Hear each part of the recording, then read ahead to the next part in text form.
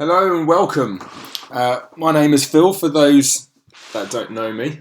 Those that are on the S&C degree will probably know who I am, and then those in the sports science degree might be a bit more unfamiliar with me. But today what I want to discuss is the determinant of sprint performance. So I've actually split this online lecture into two. So the first lecture is like an overview of the mechanics of sprinting, so looking at the technical model and discussing the mechanical and anatomical reasons why we might look for certain shapes and body positions and rhythms. A lot of this may be covering over some of the stuff we went through on the S&C degree in the first year, but I thought it was good, one, to recap this information, and two, it provides context for anyone that isn't too familiar with sprinting when we go and talk about more the determinants of sprint performance, which will be in lecture 2. So this is lecture 1, and let's crack on. First of all, I just wanted to go and look at the 100 meters as a whole and look at how there are different phases to it. Okay, so this is someone sprinting the 100 meters distance. So obviously distance is in the x-axis, and then you've got the velocity that they actually reach, which is around, which is up the y-axis. So it's in meters per second. And I believe that this may be data from Usain Bolt's 9.58 sprint, because Bolt I think is the first man to ever reach 12 meters per second, which is the fastest any human has ever been, and that's obviously where the top point is on this slide or on this graph. Okay, and that was achieved in 2009, and this is reported by Mann in 2011. So I believe he's done this analysis based on that information from Bolt from that performance. And you can see here that you've got two big different phases to the sprint. Clearly, you've got the first part, which is the acceleration. So you've got the start position, where obviously you're accelerating quite rapidly. You see there's a real steep curve to the red line. And then this starts to plateau out, and you start to get this transition phase, which leads into the maximum velocity phase, which you attain, you hit your peak max velocity, and then you try and maintain that for as much as possible. And you can see that over the 100 meters, there is a slight dip in the maximal velocity. If this is Usain Bolt's data, likely probably celebrated towards the end, which is why the dip is a bit more noticeable. I would have thought an elite sprinter would be able to maintain that speed for a little bit longer.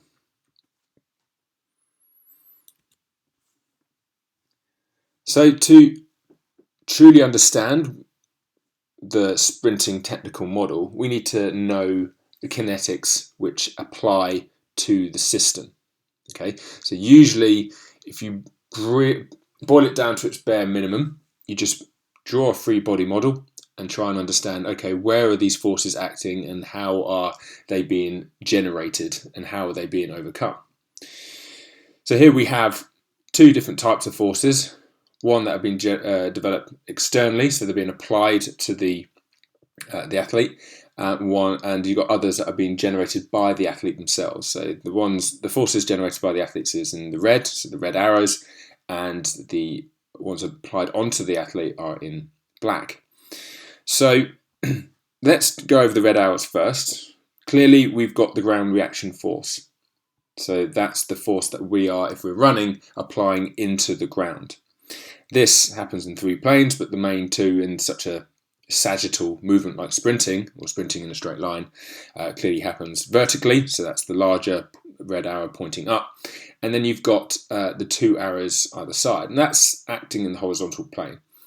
So if you think about what they are, you've got the force acting at the front and you've got force acting at the back. So if we're trying to push off to run in a certain direction, we've got forces against and forces for.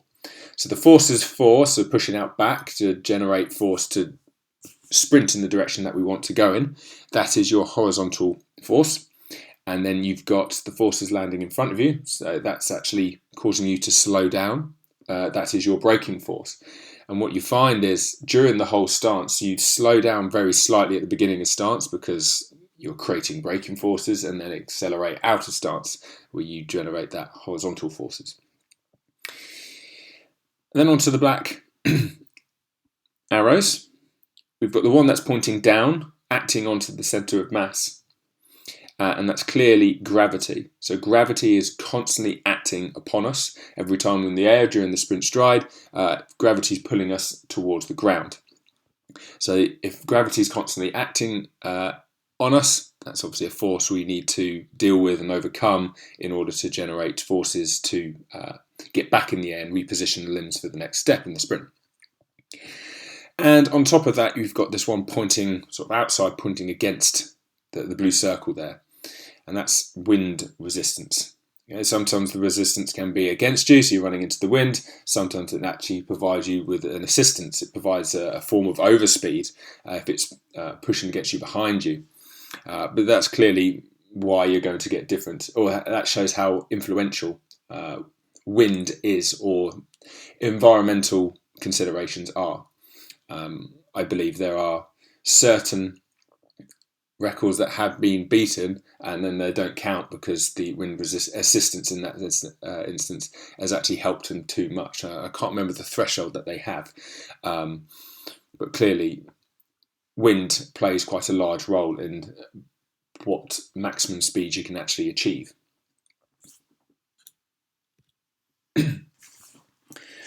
Let's start off with the acceleration phase, and let's just look at body positions at first. Here we've got a particular sort of model of the human body going through the certain phases. Now, during this lecture, or these series of lectures, I'm not going to go into too much detail regarding sort of sprint starts, or the differences between blocks, non-blocks, ubiquity of blocks placements, and all that sort of thing. I'm more going to focus on the what typically an S&C coach would think about when trying to develop their sprinters. Usually they have a sprinter who's more of a technical coach that will cover that stuff. This is more sort of the anatomical, mechanical considerations when it comes to sprinting.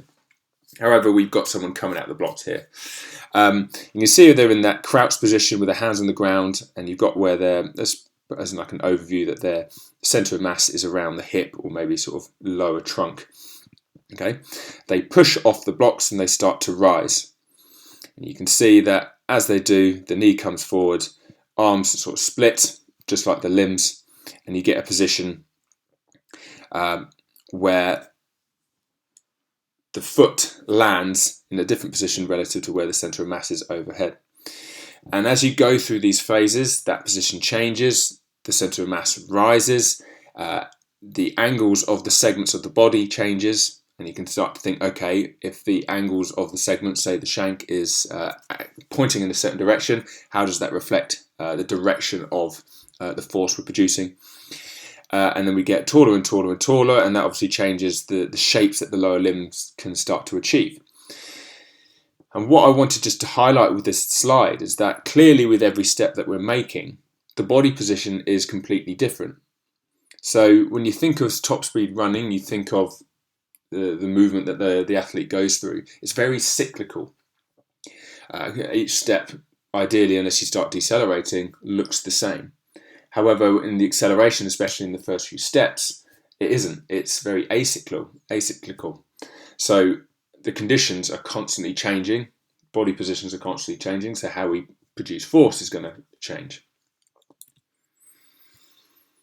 And you can really start to see that when you come and analyse certain variables when it comes to acceleration.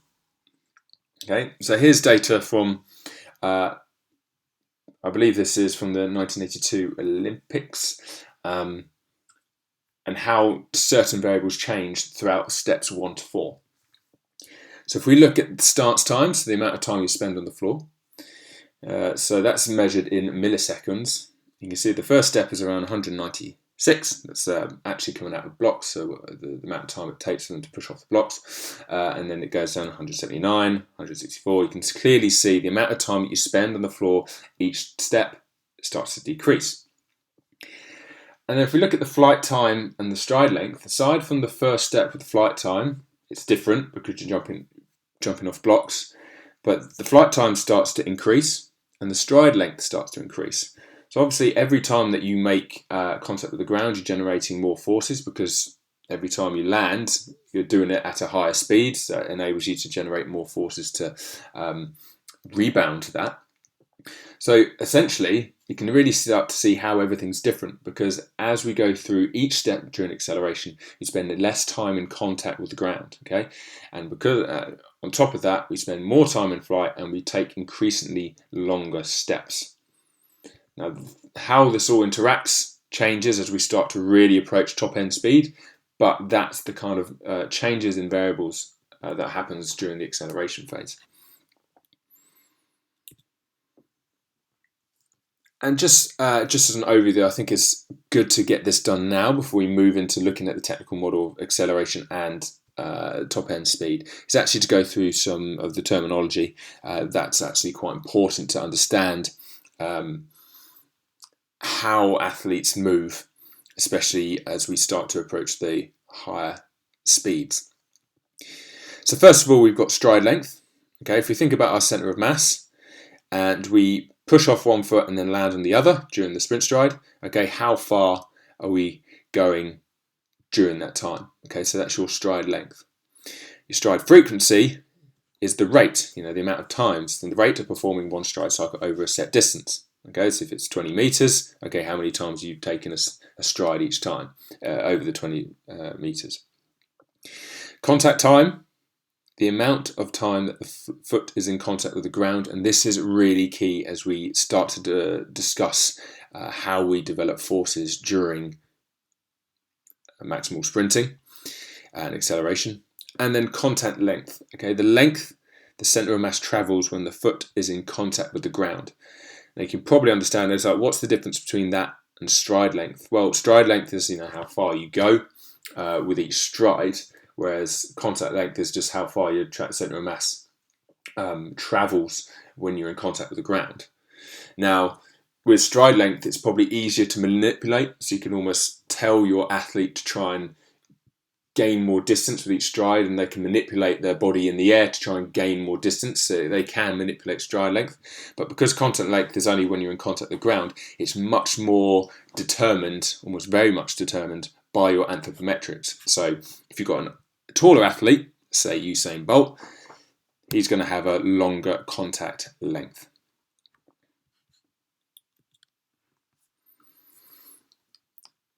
So when we sort of described a particular slide earlier with the body shapes as they went through the first few steps of acceleration, I kept highlighting sort of like, okay, what is their body position? What are their shapes?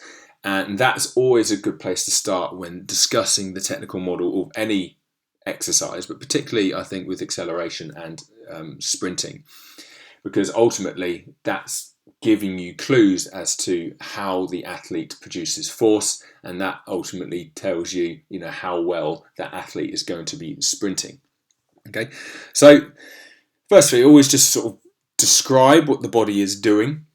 Okay, and I first want to just highlight, which is something that is probably quite obvious to everyone, is the explosive concentric triple extension. Okay, this Bolt here is jumping out of the blocks, so he's obviously that back stance leg is pretty much fully extended. Okay, and that just highlights this concentric triple extension pattern that happens through the hips, knees, and ankles as you go through stance. Okay, and it's really emphasized as you go towards the back end of stance, especially in the acceleration phase. And ideally, that sort of body position. You see that red line that's dotted that goes across? Okay, so really towards sort of end stance, if you draw a line with your athlete, if you've taken a picture of them from the side, that line should nicely go through their leg and up through their body, and shows that their limb and torso are acting in a straight line. What you find is if someone's poorer at accelerating, they often try and flex at the hip, so the position of the back stance limb is not the same in relative to the torso, so you get a poor transmission of force, and we'll discuss a reason why that often happens later. So that's the stance limb. On top of that, we've obviously got what that front limb is doing as well. clearly you've really driven that knee forward, okay? And it's different from how someone would run when they're a bit more upright towards constant or top end velocity. Instead of sort of like more of a cyclical motion of the knees, you get more of a piston action of the legs, that they drive forward. And what that helps with is actually keeping that front foot lower to the ground. Now, at this point, we want to try and remain quite close to the ground, because we want to get on the ground and spend more time in stance, because this is the time when we can generate that force. As you saw on the previous slides, the amount of time you spend on the ground gets shorter and shorter and shorter. So we want to spend time during that first portion on the ground, so we can generate those high forces to generate those horizontal propulsive forces, which is going to make us faster. You might often see that some athletes, I think it wasn't started by, but definitely popularized by Asafa Powell, who actually does some form of toe dragging technique as they piston drive the knee forward. This in turn allows the foot to remain very low to the ground, so they can do that. However, I do think it's more of a response due to the athlete's ability to remain low during the initial phases of acceleration. And because they're leaning forward so much, as they drive their knee forward, the foot dragging ends up being a consequence of that, rather than that's a technical cue that we should actually try and chase. There's a sprint coach called Stuart McMillan, and he has actually recently written a 4-part article on this particular matter. So I definitely recommend people reading that, because you start to see how people move, and you've got to make a decision as a coach, as in, okay, are they moving like that as a consequence of their ability to express force, or is that something I should actively try and get them to do to help with their ability to produce force? Two very different things. So I definitely read that article to provide a bit more context with that. Okay, on top of that, we've got other coaching cues to allow the body to be in a sort of nice position. Okay, notice with that front leg, we've driven that piston knee forward, and typically, especially around this point of stance, I quite like to draw lines on the picture of the athlete, because we've got that red line there, which is supposed to determine the transmission of, or the direction of the force. But at the same time, you can see where that front shin is acting as well. So if you draw a line like that, and then you draw a line through the thigh, and draw a line through the upper, sort of the back arm there, the humerus, you should, what looks like, get a picture of a hashtag that's leaning forward. So that to me shows that the athlete is achieving good shapes, and because they're achieving those good shapes, they are in turn really appropriately generating good direction of the force. So in order to achieve those sort of shapes, you need good body positions as well. And we've discussed key ones with the lower limb, but at the same time, you've got things like neutral spine, you've got chest up, you've got the position of the arms. Typically, that front arm will be a bit more closed and sort of close across your body, whereas the back arm seems to flail out a little bit more. We'll discuss a little bit more about the role of the arms in a minute. This is a position where we're looking at the sprinter from the side. But technically, if you watch them from the front, you're going to get a lot of different movement. So typically, especially for the first few stances, we're trying to gain stability to generate higher forces. Okay, so in turn, for us to do that, you tend to see the hip externally rotates a little bit more. And certainly, if you externally rotate the hip, that puts your glute max in a slightly stronger position. It's more hip drive, you can tell. Wider stance does the same thing. It's a slightly more abducted position for the hip, which enables it to be a bit stronger. And what you find is sometimes, if you look at athletes from the front, especially Bolt, this may be exaggerated because of his body size, that he crosses over quite a lot. It almost looks like his knee is valgusing and coming from a slightly wider position, drives his knee forward, the knee collapses inwards but then rearranges itself as it makes contact with the ground with the next step. This might be a consequence, I think, possibly because he's taller and still has the force capabilities to lean forward. That means his body sort of moves in a certain way which is much more obvious in the frontal plane, whereas you've got a smaller athlete wouldn't need to do that because they'd have more room because they are just smaller. So things are a bit more straightforward. But you know, the more and more you start to see people sprinting, especially in the acceleration phase from the front, you start to have an understanding about, okay, like where are they landing, how are they driving forward. It's not just all sagittal. It's much more sagittal as you start to reach top end, but especially during the first few steps of acceleration, you start to get differences in the frontal plane.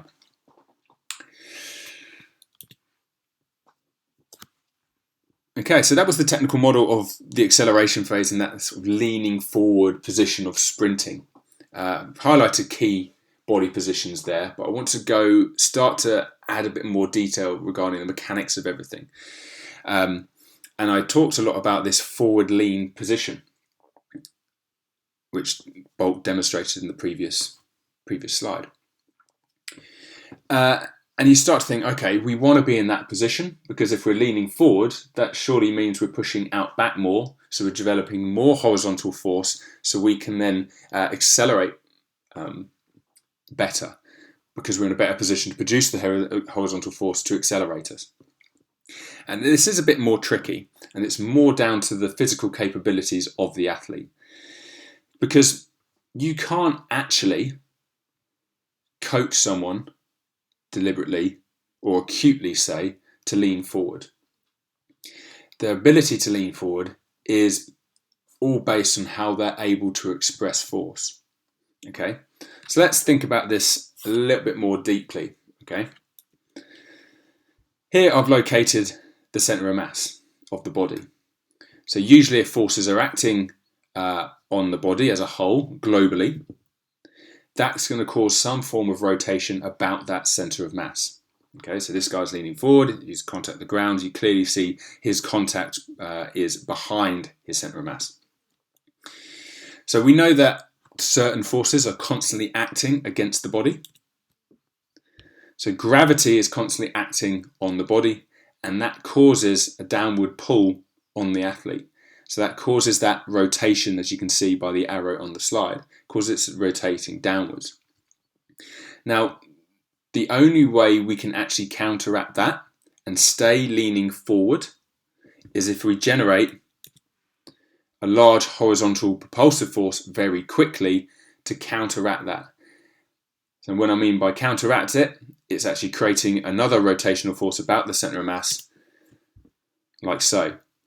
So what that means is if you have the ability to generate horizontal propulsive impulse very quickly, you can maintain a forward lean.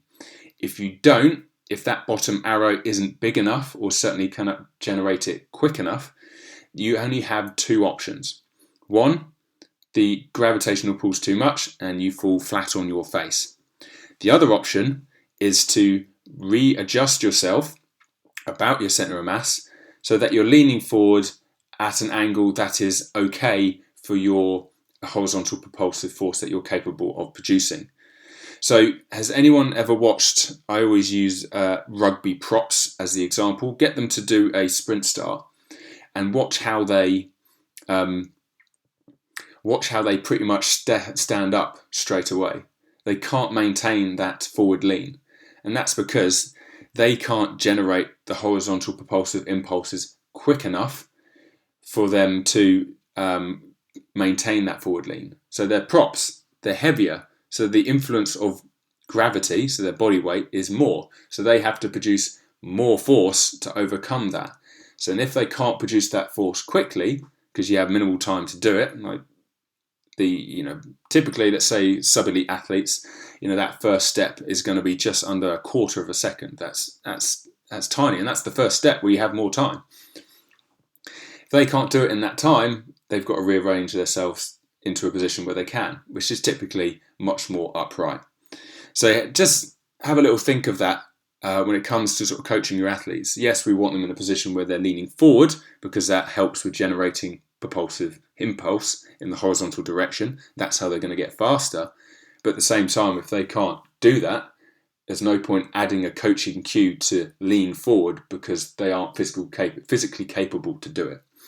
And that's why I mentioned regarding the hip in one of the previous slides, is when people try and lean forward but they don't have the physical capabilities to do it, they flex at the hip and you get this weird body position where the lower limbs are producing force in a direction that's much more vertical, but they're leaning forward, and it just looks very cramped, and it shows poor transmission of force.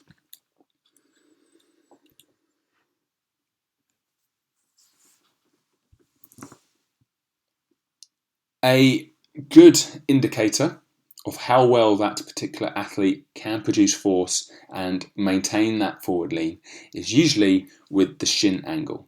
People often call it a positive shin angle. All depends on the reference frame that you're going by, but it seems to be a bit more of a buzzword with it.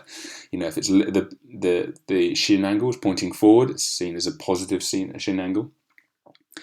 But really, you can see that during the acceleration phase, that shin angle is leaning forward much more, and it's a good indicator of the direction of the force. As you get faster and faster, you're going to become more upright, and that's reflected with the direction of the shin angle. And typically that changes around 5 to 7 degrees per stride. That seems like quite a lot, but people become a bit more upright quite quickly. And as you can see, once they reach their maximal top speed, everything is directing vertically. So that's why it's always nice to see or use shin angle almost as maybe as a coaching cue, but more of an understanding for a coach on how well that athlete is producing force and how they're orientating that force at that particular time.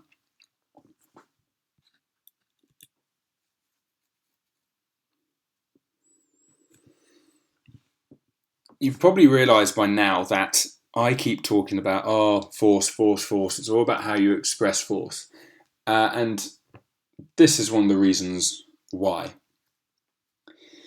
So clearly we have someone that's accelerating here in the first picture, and then they get faster and faster and faster and reach top end sprinting in the second picture on the right. Okay, and the graphs at the bottom are to show the differences in how that athlete is expressing force. So you've got 5 instances here during the sprint. Okay, so 5 graphs. The x-axis is represented by time, and the y-axis is represented by force. Now, you've got 2 lines in each graph. The green line is the vertical force, and the red line is the force acting in the horizontal direction. So when it's above or positive, the red line, that is horizontal propulsive force. When it's below the x-axis, that is braking force. And you can see these lines change as they go through.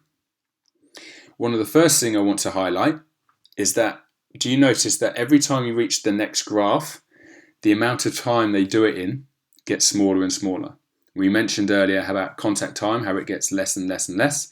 Technically, the contact time will get less until it reaches a point where you cannot produce that force quick enough in the time available. So quite often, say you've got an athlete who can reach 0.08 seconds.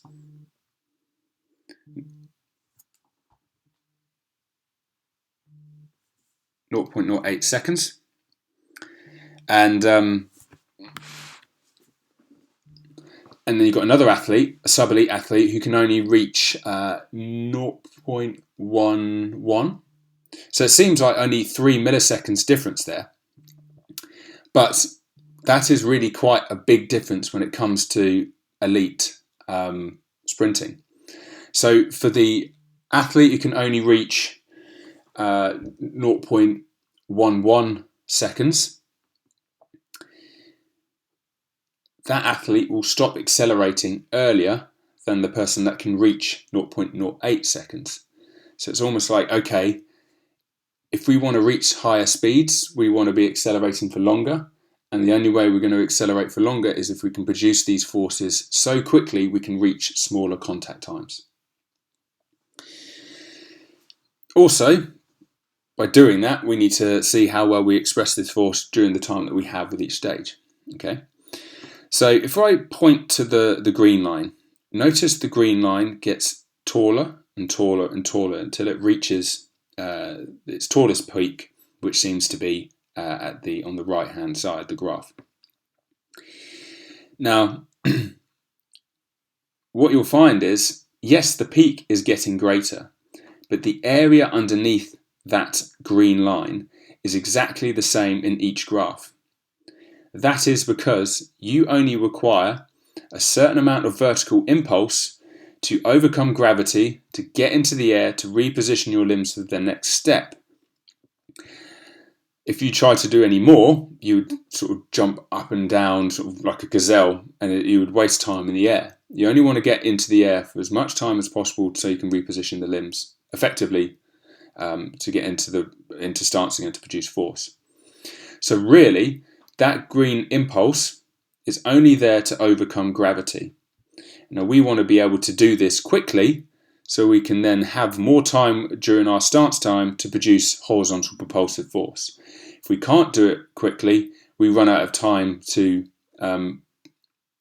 produce horizontal force because everything is now directed vertically. And when that happens, you see the red line on the right hand side graph is that the under bit, or under the x-axis, is exactly the same as the over bit, the horizontal bit. So that at this point, there's only enough time to overcome gravity that they only have limited time to have braking forces and horizontal forces exactly the same. If they had more time, like they did in the previous graphs, as you can see on the left, they have more time, so that means they have more time to direct their forces in a horizontal position. Not only that, because of the position, the more upright they go, the more braking force is going to be developed. So you've got to overcome those braking forces with more horizontal propulsive forces. If you don't have enough time, you're going to reach your maximal speed earlier. So hopefully that gave an overview of how we express forces at different times of the sprint cycle, and why really overall during the acceleration phase it's technically all about how well we can develop horizontal force. But as soon as we reach top end speed, if we can't develop the necessary vertical force to overcome gravity, we will just end up stop accelerating, and that will be our top speed. So really we've got to, okay, what can we generate really quickly to reach smaller contact times?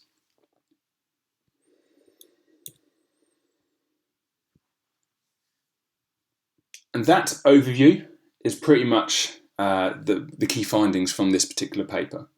Now, the reason I want to highlight this is because I want everyone to direct everyone to the research of these two. So you've got Dr. Wayans, I believe he's in Dallas, and one of his PhD students, Lance, the sports science guy, and I've put their, I think they're from Instagram, but they're both on Twitter as well. So you can see the research that they're putting out.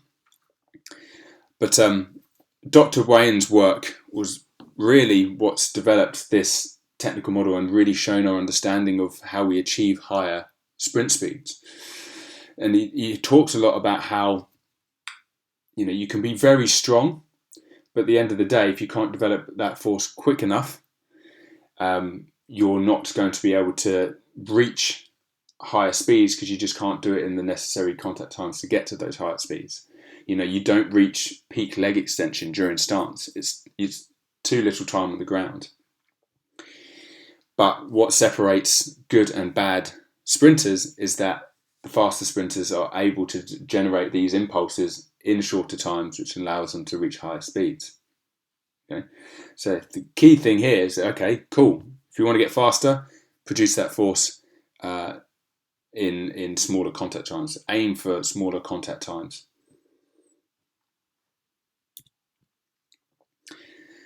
Okay, so that was more about the kinetics. Let's look at the kinematics. So I'm just going to let this play over a few times, but we have someone sprinting here, and I want you to look at key body positions during key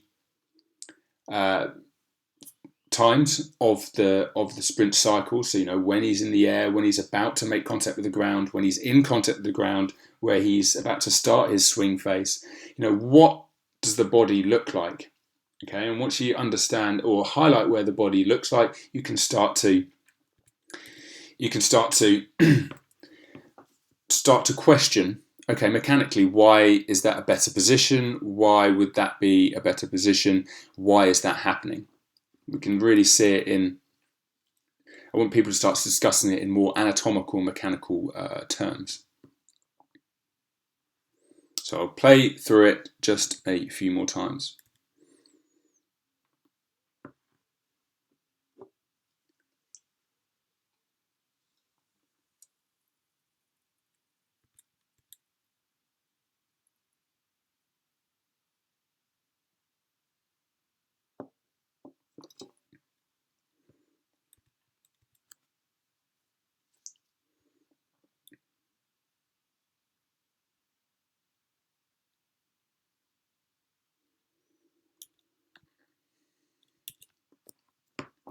Okay, so key positions. First of all, you probably would have seen that the athlete in the video was really reaching a high knee position. So we've got to start thinking about, okay, what's so advantageous about this high knee position? Well, first of all, I want people to think anatomically about how muscles get activated. So if I rapidly lengthen one of my muscles, that's going to sensitize the spindle. The muscle spindle will notice that there's a change in length. So in order for it to counteract that, the muscle spindle, like, oh wait a minute, massive change in length, we need to start activating. And this is how the muscle becomes pre-activated, and this is very essential for any muscle that's about to generate large forces. So if you've got like a late swing phase, you've got the lower limb needs to be very prepared for when it makes contact with the ground. So what can we do to really emphasize that? And that's what this high knee position does. The hip is such an important joint, and the surrounding muscles are incredibly important during the sprint cycle. So we need to make sure that they are really active and pre-active before making contact with the ground. So driving that hip forward lengthens the hip extensors and therefore pre-activates them. On top of that, okay, let's think about, okay, it's now putting ourselves into a good position. See how the foot is high off the floor because the knee's in a high position. So that means we're going to start coming down towards the ground, and that increases the hip angular acceleration. Now that's good because that means we are then going to be attacking the floor with higher forces because we are reaching the floor at higher velocities. So if we've only got a certain amount of time on the floor, that means we need to find a way of developing these forces very quickly. And coming from a higher position, so you make contact with the ground at a higher velocity, is going to help develop those very high forces very quickly. On top of that, this also helps with the biarticular function of certain musculature of the lower limb. So key biarticular muscles I'm particularly thinking of in this instance are the hamstrings and the gastrocnemius. They cross over two joints, and that helps with the generation of forces from the monoarticular muscles, especially more proximal, so say around the hip. The biarticular muscles play a role in transferring that joint power down the chain of the joints, down the limb. So by the time that force, or the force is generated by the hip, then gets transferred to the ground very effectively, and that's because of the biarticular functions of certain muscles. On top of that, we've got to think about what's happening with the stance leg. So if I rapidly drive my knee forward with the swing leg, that's going to help the other leg, which is in contact with the ground. One, that helps with downforce. Okay, so if we think of Newton's third law, every action is an equal and opposite reaction. If I drive my knee one way, that's going to help generate force with my other leg acting in the other direction, which is towards the ground. So it's actually helping developing more force in the stance leg, which is what we want. And we've got one leg in the air, and just by rapidly driving the knee forward helps the other leg develop more force. That's from more like a momentum transfer force thing, but it also helps with the neural impact of the support limb. If we rapidly activate our hip flexors to drive that knee forward, that neural impact isn't just going to go to that one area. That neural impact is going from the central nervous system down out to the periphery. That improves the neuromuscular efficiency of the rest of the limbs. So we're actually improving the neural impact of the support limb as well, just by driving that knee into a high position. But I think one of the key things is that high knee position puts us in a better position to create more force. If we didn't have a high knee position, we wouldn't land on the ground at a higher velocity. Our ability to generate forces are not as good.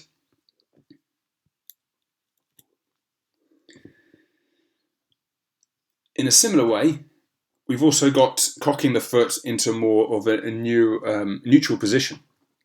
Okay, now that's quite key in the very same way as the hip in the previous slide. So by doing that, we're lengthening certain musculature, gastroc, soleus, that sort of thing. So we're pre-activating it. Whenever we think of the stretch shortening cycle, we always use the sort of the gastroc and that ankle complex because it's the easiest thing to imagine.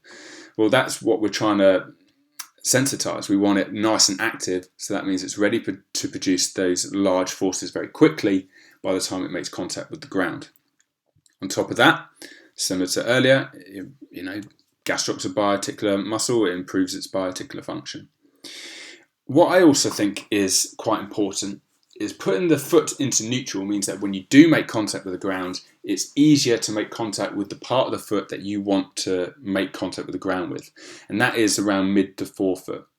Now, having your foot sort of flop and not be as stiff or anything like that in the right position, you increase the chances of a poor landing position. So there's a number of other factors which can lead to this, but it could increase the chance of you landing on your heel. If you land on your heel, likely much further forward with where your foot is making contact with the ground, that's going to increase braking forces. We obviously don't want that.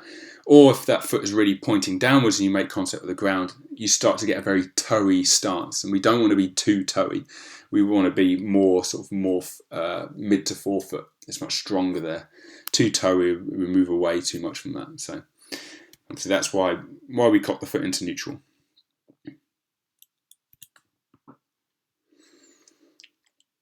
Why do we paw back? So what is pawing back? So we talked about having a high knee position, and what we want to do is from that high knee position is really actively extend the hip so that it brings the foot back. Okay, we don't want that foot flailing forwards because that's going to mean that it's going to land way too far out in front of us, and that's going to increase braking forces. We want it to land just in front of our centre of mass. And in order to do that, we need to paw that limb back to go through sort of rapid hip extension. Okay. One key thing that it allows you to do is it allows the hip to remain in extension throughout stance.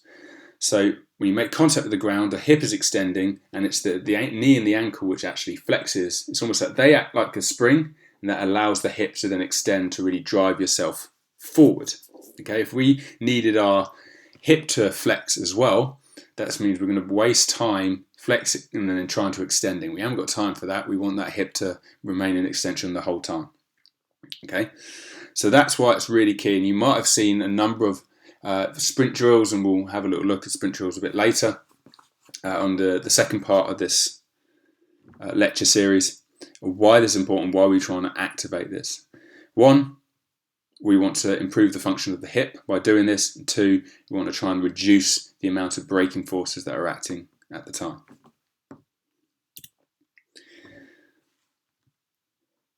And this is the same reason why we want to strike close to the line of mass. We want to paw back so we land just in front of our centre of mass, and that reduces those braking forces.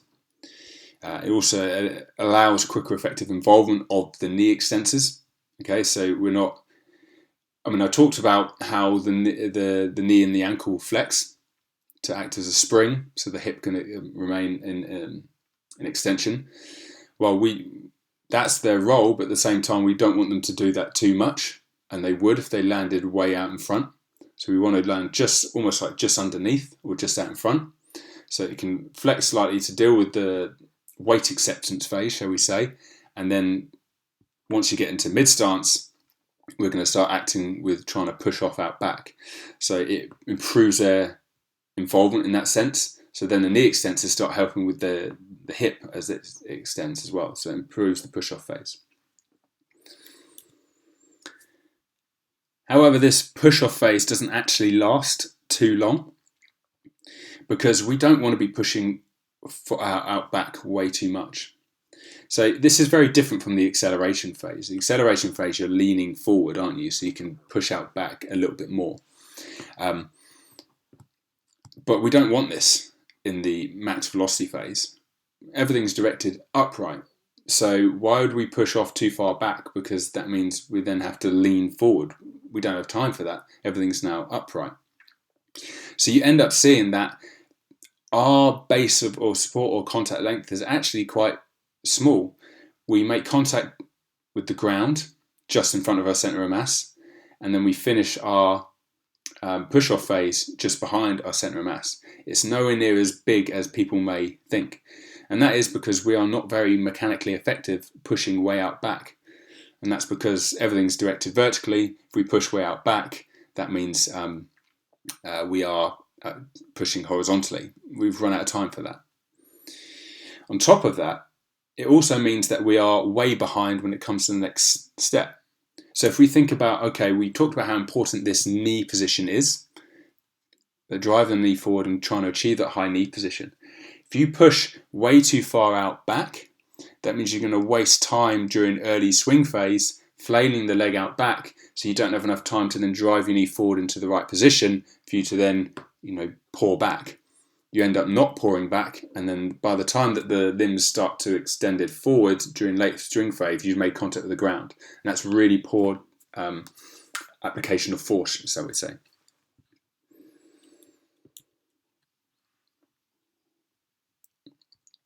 Now, if we think about the swing phase, okay, that limb is coming forward. We don't want to spend too much time out back, but we want it to be very close. You see as it comes through, you see how in this particular picture, the heel of the shoe is almost like coming very close to the bum as it comes forward.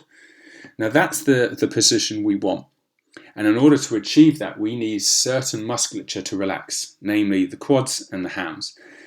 People often think, because we're generating forces very quickly, muscles need to be active and very on all the time. However, that's not the case, and that's one of the reasons why sprinting is such a specific skill. Is actually we want to develop those forces very quickly, but we also want to turn off those forces very quickly as well. So during the sprint stride, the overall cycle, the muscles are acting either on or they are off. They're not on a little bit and then they activate a lot. They pre-activate, they produce force very quickly, and then they turn off, and then they repeat the cycle. And that's quite key for the quads and hams in this stage, because if they remained active, that limb would not be able to, or that foot would not be able to get anywhere close to the bum. Okay, so it would flail out the bottom, and that would affect how well we can get into a high knee position.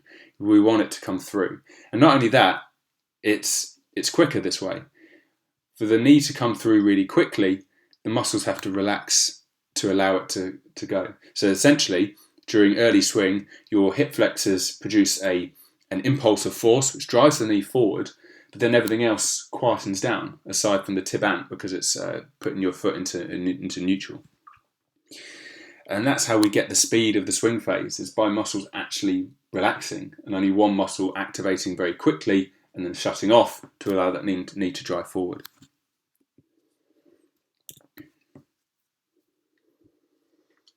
And I've kind of covered this already when talking about why we don't want to push too far out back. So if we've reached maximal velocity, everything's directed upwards. We've run out of time we only have enough time to overcome gravity, and then the amount of force we produce horizontally equals the amount of force we are producing braking forces. So everything's going vertically. So our body lean should reflect this. Our shin angles are going to be much more vertical, so our torso angles are going to be much more vertical as well. And that shows the direction of the force.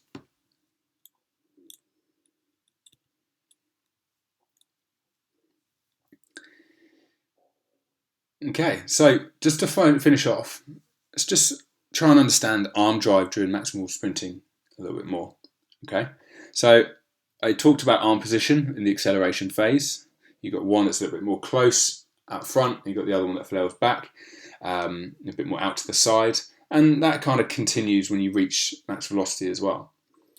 Now, the arms play an important role is actually balancing rotational torques developed by splitting the limbs. So if I drive my knee forward during sprinting, my opposite arm will go forward as well. If I try and sprint with my hands by my side, you start to see that when you drive the knee forward, you start rotating. The arm going forward actually counteracts that rotation, so everything remains in a forward motion. Okay, and the arms may play, although the evidence behind this is a little bit loose, but certainly if you make suppositions from like the jumping literature, you might think that this may be the case as well, is that the arm movement, if you're really aggressive with the arm movement, it actually helps with the down force production developed by the limbs. So if you think yourself performing a counter movement jump, and then you do one with arms, one without, obviously driving your arms down helps with driving that momentum in one way and helps develop down force. So when the arms come back up, that helps develop momentum in the other direction, along with an improved force production acting in the direction that you're jumping. So technically, there's supposition to say that the arms act in a very similar way when sprinting. So then you've got to start thinking, okay, how do we bring this into our coaching model? You've got some coaches, like if anyone's heard of Margot Wells, she's very keen on almost like keeping the arm, the elbow bent at 90 degrees and being really aggressive with the arm drive, almost like making it like a punch. And it tries to exaggerate that to help with exaggerating what the knees do. Some people find it quite nice to, if I aggressively move my arms, my knees and my limbs do the same thing. So it might be a coaching cue that works for some and not for others. But I certainly wouldn't necessarily say the research behind it is really conclusive, but that doesn't mean that you shouldn't play around with it with your athletes.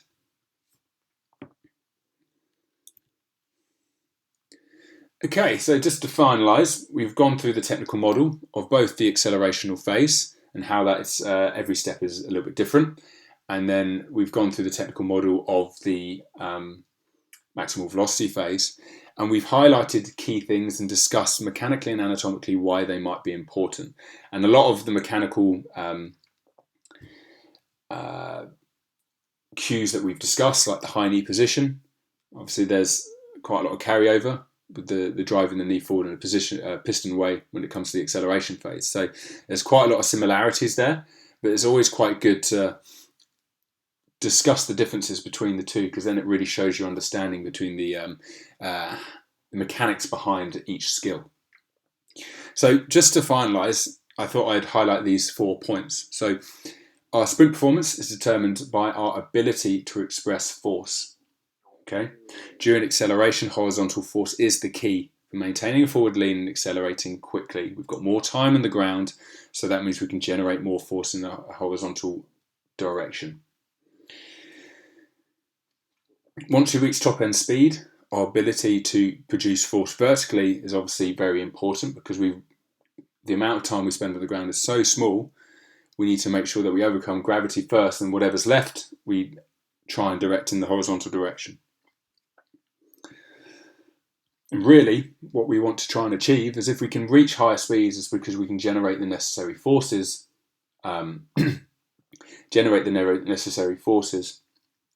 in smaller contact times. So really, the top guys are reaching contact times of like 0.08 milliseconds. That is tiny. I mean, think about it. If you've got like a Casio watch, you go on the stopwatch bit, press it on and off really quickly, and I bet you'll struggle to get 0.08. That's how fast that these people are producing forces. Now, that's insane. But that is something which we trying to achieve. It's all about how we produce force quickly. But on top of that, it's also about how we direct our forces. And as we go through the 100 meters, we're accelerating and then we reach top end speed, that role changes.